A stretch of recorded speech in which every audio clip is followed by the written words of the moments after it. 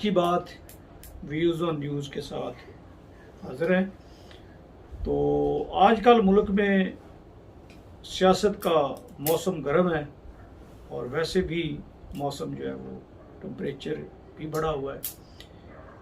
तो आज की जो खबरें हैं उनमें आज़ाद कश्मीर का इलेक्शन जो है उस पर एक वो कैंपेन शुरू है और सारी क़यादत ने अपनी तोपों के रुख जो है वो किए हुए एक दूसरी की तरफ, हरीफ जमातों की तरफ मोर्चा जन है वो कश्मीर के महाज पे जाके कश्मीर में खैमे लगाए हुए हैं। इंटरनेशनल हालात में अफ़गानिस्तान इस वक्त मरकज़ है। अमेरिकन जो वहाँ से जा रहे हैं तो वहाँ पे जो तब्दीलियाँ आने वाली हैं, तो पहले हम कश्मीर में देख लेते हैं आज़ाद कश्मीर। वहाँ पे बिलावल भुट्टो जरदारी और मोहतरमा मरियम नवाज साहबा अपनी कैंपेन जो है वो ज़ोरों पे है उनकी। बिलावल साहब अपनी तकरीरों में वो ले रहे हैं, लत्ते ले रहे हैं उसके हुकूमत के, और गुस्सा उनको ये भी है कि आसफ जरदारी साहब का जो नायब ने केस वहाँ पे खोल दिया है न्यूयॉर्क वाले फ्लैट का, वहाँ पे ज़मानत उनकी हो गई है। अब वो वहाँ पे मोर्चा जन है और इसको कठपुतली कह रहे हैं, मोदी का यार कह रहे हैं, और इमरान खान को और भी जो जो उनके मन में आता है, दिल में आता है वो कह देते हैं। नौजवान हैं, जज्बात हैं, तो बाकी कैसी उनकी सियासत है इस पे बात होती रहेगी। वक्ती तौर पे वो सब कुछ छोड़ छाड़ के कश्मीर में खैमा जन है। दूसरी तरफ मरियम नवाज साहब हैं, ये ज़राए बताते हैं कि उनकी कैंपेन है, शहबाज शरीफ साहब सदर मुस्लिम लीग ने उनको इकट्ठा वहाँ पे कैंपेन या खिताबात का एक शेड्यूल दिया गया, जिसको शहबाज शरीफ साहब ने रिफ्यूज़ कर दिया कि बयानिए चूँकि अलग अलग हैं तो एक ही स्टेज पे मसालियत और मज़ामत, दो कॉन्ट्राडिक्टरी जो नैरेटिव्स हैं वो तो नहीं पेश किए जा सकते, तो लिहाजा वो अलग ही जलसे कर रही हैं। 12 तारीख से कहते हैं कि वज़ीर आज़म भी वहाँ पे उसमें दौड़ में शामिल हो जाएंगे।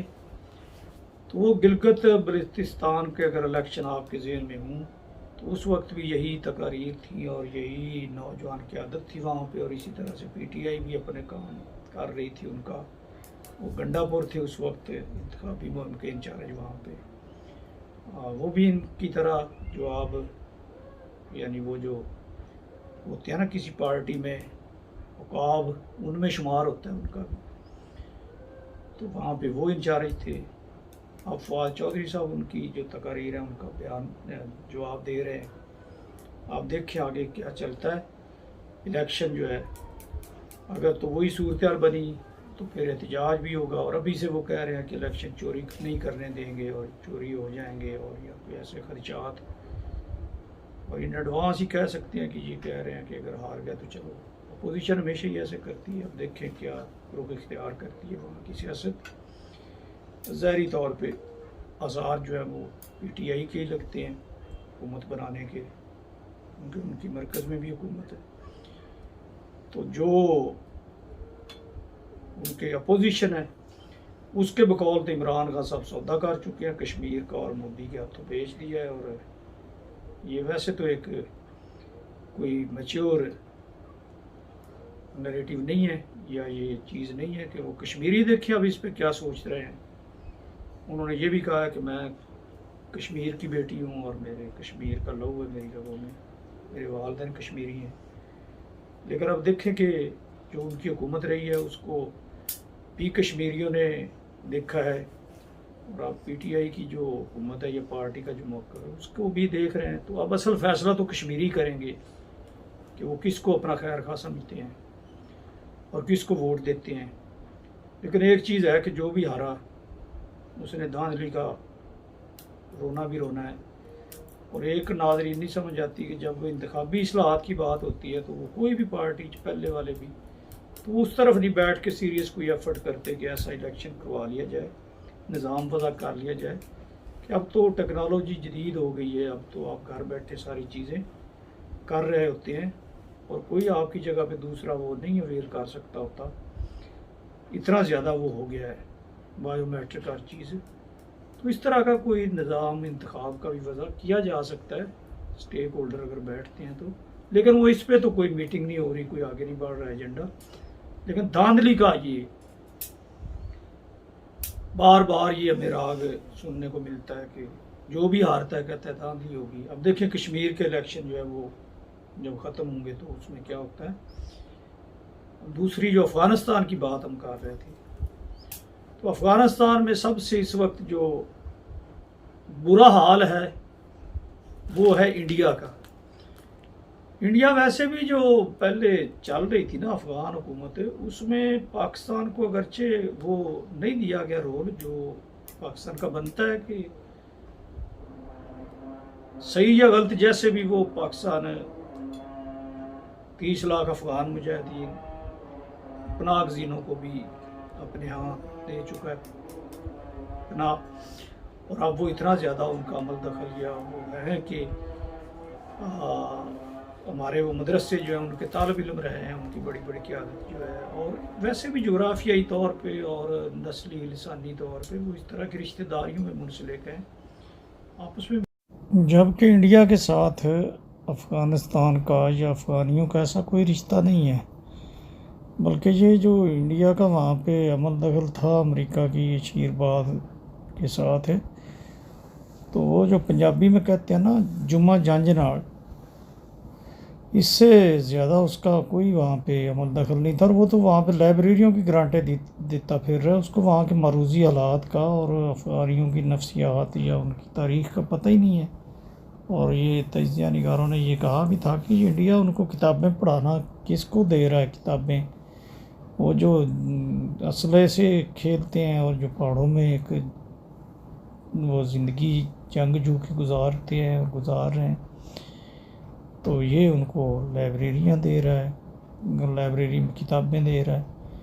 तो इस तरह से इंडिया का कोई रोल जो था ना वो बनता नहीं था, और अब भी इंडिया जो है वो बड़ा परेशान है वहाँ पे। ज़्यादा मतलब इसमें अपनी वो दस्तरस और अपनी एक डेवलप कर चुके हैं निज़ाम, वो CTID की शक्ल में हो, वो हमारी अफवाज का वो तजर्बा जो उन्होंने इन पहाड़ों में जाके हासिल किया है। इवन ये कि वहाँ पे अगर ये खाली करवाए हैं इलाके तो ये पाकिस्तानी फ़ौज का ही काम है, वरना तो अंग्रेज़ और जो भी अमेरिका और अफ़गानिस्तान सारे वहाँ पे नाकाम हुए हैं। और इन हमारे वाले इलाकों में भी जब ये बरतानिया का सूरज नहीं गरूब होता था उस वक्त भी वो उनकी रेलवे लाइन उखाड़ देते थे, तो नहीं वहाँ पे ये अपना कर चुके। वही इलाका गैर और बाड़ा जो है उस पर नहीं किसी की भी रेट नहीं बनी। अब इस हुकूमत उनको शामिल कर रही है आहिस्ता आहिस्ता, इंतखाबात का हिस्सा भी बना रही है, उनका स्टेटस भी चेंज कर रही है, तो उनको भी इस तरफ ला रही है जो जदीद दुनिया के तकाजे हैं। तो ये तो बतदरीज एक इर्तकाई अमल है ना, लेकिन अगर कोई समझता है उनको जंगी तौर पे या उनसे लड़ाई के ज़रिए से, तो वो पाकिस्तानी फ़ौज अब उसमें काफ़ी ज़्यादा मतलब है तजर्बा ले चुकी है। जबकि इंडिया की फ़ौज तो है ही नहीं ऐसी, कोई उसके पास स्किल ही नहीं है। और अमेरिका बाकी टेक्नोलॉजी तो अमेरिका से ज़्यादा किसके पास होनी है, वो भी नहीं कामयाब हो सका। अगरचे वो 9/11 का जो था मसला उसमें मुशर्रफ को हम कहते हैं ज़िम्मेदार कि उसने ज़्यादा मुतालबे माने, लेकिन हालात भी उस वक्त इस तरह के थे कि वो अमेरिका जो था एक ज़ख्मी सांप की तरह हुंकार रहा था और बदमस्त हाथी की तरह वो चढ़ दौड़ता था, कभी इराक पे और कभी पाकिस्तान से भी उसने कहा कि वो या हमारे साथ हो जाओ या उनके। तो ज़ाहिर है अगर जमहूरी हुकूमत होती तो वो असम्बलियों का ये करती, लेकिन चूँकि वो उस वक्त जो भी तारीखी हालात थे उनमें जो हुआ उसके भी हम भुगत रहे हैं असरात। लेकिन ये ज़रूर है कि पाकिस्तान का रोल बनता है अफ़गानिस्तान में, और अफ़गानिस्तान के साथ हमारे तारीख़ी रिश्ते भी हैं, जोग्राफियाई भी हैं, और एक तरह से पाकिस्तान जो है ये अब एक प्लस पॉइंट ये भी है कि जिनकी हुकूमत है अब पाकिस्तान में, इनको तालिबान खान भी कहा गया। तो अगर जाता है अमेरिका और वहाँ पे जो नेक्स्ट ताकत आने वाली है तो वो इन्हीं की होगी, जैसे वो हालात भी बता रहे हैं। और वो उस तरह से तो नहीं लड़ेगी और ना ही आगे से उनको इस तरह से फ्री हैंड और स्पेस मिलेगी। ज़ाहिर है हमारी आर्मी मुनज़्ज़म आर्मी है। और वहाँ पे जो हुकूमत है वो किसी, जब सोवियत यूनियन गया था तो उसने पलट के क्या खबर लेनी थी, वो तो अपने जख्म चाटती है जो ताकत निकलती है ना। जिस दिन अमेरिका आया था तो रूस के अंदर ये चीज़ आई थी कि अब जो हमारे साथ हुआ है ना ये उसका तारीखी तौर पे अब अमेरिका भी भुगतेगा। और अमेरिका भी एक लंबी वहाँ पे अरसा रहने के बाद, जंग लड़ने के बाद जा रहा है। और ये भी तारीख बताती है कि जो जाता है ना छोड़ के वहाँ से, वो तो अपने ज़ख्म चाटने में, और उसकी अमेरिका वैसे भी थक चुका है। पूरी दुनिया में हर जगह पे उसने अपनी वो थानेदारी जो की हुई थी उससे कौम भी थक चुकी है। और ये जो बाइडन का तो बाकायदा मंशूर जो था उसमें पॉलिसी में था कि हम वापस आएंगे, ले आएंगे फौजों को। तो अब इंडिया की कौन मदद करेगा? और तालिबान तो नहीं भूले वो वक्त जब इंडिया उनके साथ कंधे से कंधा मिला के खड़ा था अमेरिका की शह पे, या अमेरिका के साथ चौधरी बन के पाकिस्तान को नीचा दिखा रहा था। तो अब भुगतेंगे। और इल्ज़ाम अगर पाकिस्तान पे आता है तो पाकिस्तान का कोई कंट्रोल नहीं है किसी भी अफगान के ऊपर, किसी अफगान की जो वहाँ की तंजीमें हैं मुसल्लह उनके ऊपर। तो जो आपने बीज बोए हैं वो अब आपको फसल काटनी पड़ेगी।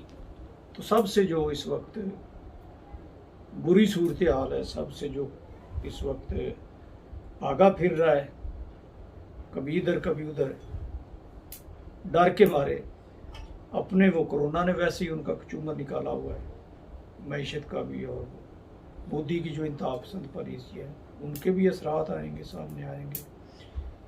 तो अगरचे पाकिस्तान भी मुतासर होगा अफ़गानिस्तान के जाने के बाद। इसी वजह से ये फ़ौजी क़यादत और हमारे जो सियासतदान हैं उनकी मीटिंग्स हुई हैं, हो रही हैं, होंगी फ्यूचर में भी।